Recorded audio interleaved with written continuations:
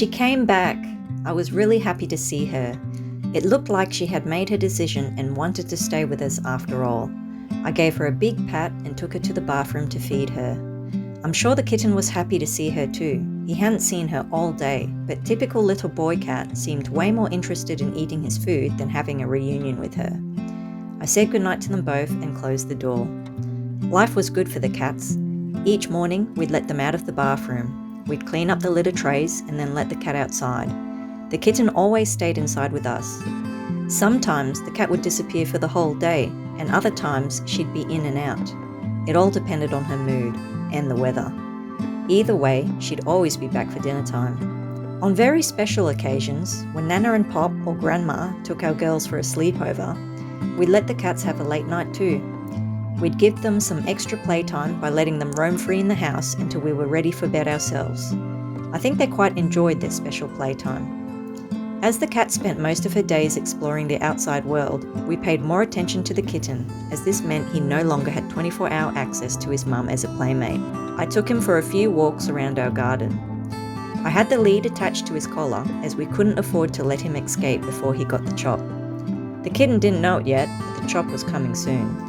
I don't think the kitten will ever be trained to go for walks with the lead on, but in the meantime, it was a good substitute for him to get some outdoor play. He was very funny. He would spend time sniffing around all the nooks and crannies. Then he'd have a sudden burst of energy and run to the other side of the garden, pulling me along with him. Have I previously mentioned that he acted like a dog? After some fun in the sun, I'd take him back inside and let him have a rest. The kitten was due to get desexed in 2 days' time. Unfortunately, we had a mandatory lockdown because of the COVID virus. Lucky for the kitten. We rescheduled his appointment for a week later. It was now a week later, and thankfully our city was going okay in regards to COVID. This meant the kitten's surgery could go ahead as scheduled. It was finally time. The night before the surgery, my husband removed the kitten's food. We were told he couldn't eat anything after 8 p.m. We knew that would be hard for him, as these days he seemed to be eating all the time. He must be going through a growth spurt. He was a growing boy. The next day, my husband put the kitten in the carrier and took him to the vet. Once again, it was a simple day surgery, so the vet would call us when he was ready to be picked up. I patted the cat.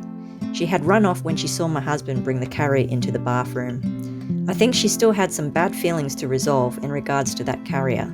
I wasn't sure how she'd react knowing that her kitten had been taken away, but thankfully, because of COVID, I was working from home for the rest of the week, so I could easily keep an eye on her. She wanted to go outside, so I opened the door for her.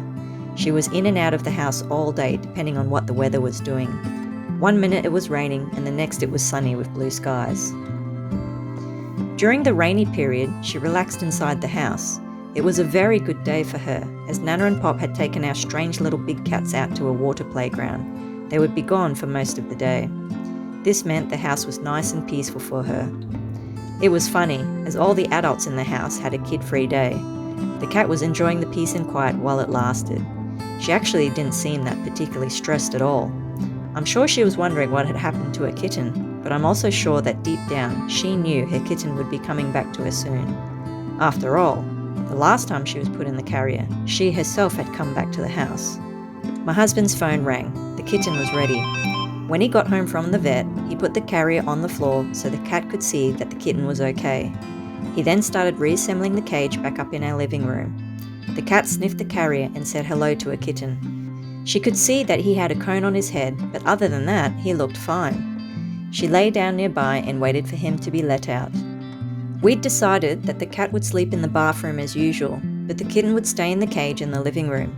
This way, the cage could be placed on top of a camping table, and it'd be much easier for us to get him in and out. We'd learnt from the ringworm treatment that the bathroom was really too small to have the cage inside, and the tight space was actually quite awkward for us at the time. After the living room was all set up, my husband put the kitten into the cage. I must say, he looked quite bright-eyed after just having had surgery. I put the cat up onto the table so she could see her kitten properly. She didn't stay up there long and wanted to go back outside. I opened the door for her. I guess she knew he was home now, so maybe she just wanted as much outside time as she could get before the day was over. I don't know. The kitten must have felt much better though, as he started playing with the toys in the cage. He was doing really well, much better than the cat did when we brought her home from her surgery. I have heard that desexing male cats is not as bad for the boys as it is for the girls. So the kitten survived his surgery, and now time will tell how he goes at being stuck in the cage for a week. He's a young kitten with a lot of energy to burn, so we know a week in the cage will seem like an eternity for him. Stay tuned for the next episode. If you enjoyed this video, please subscribe. It's free, but it'll really help our channel out. You can also like the video or leave a comment. We'd love to hear from you. Thanks for watching.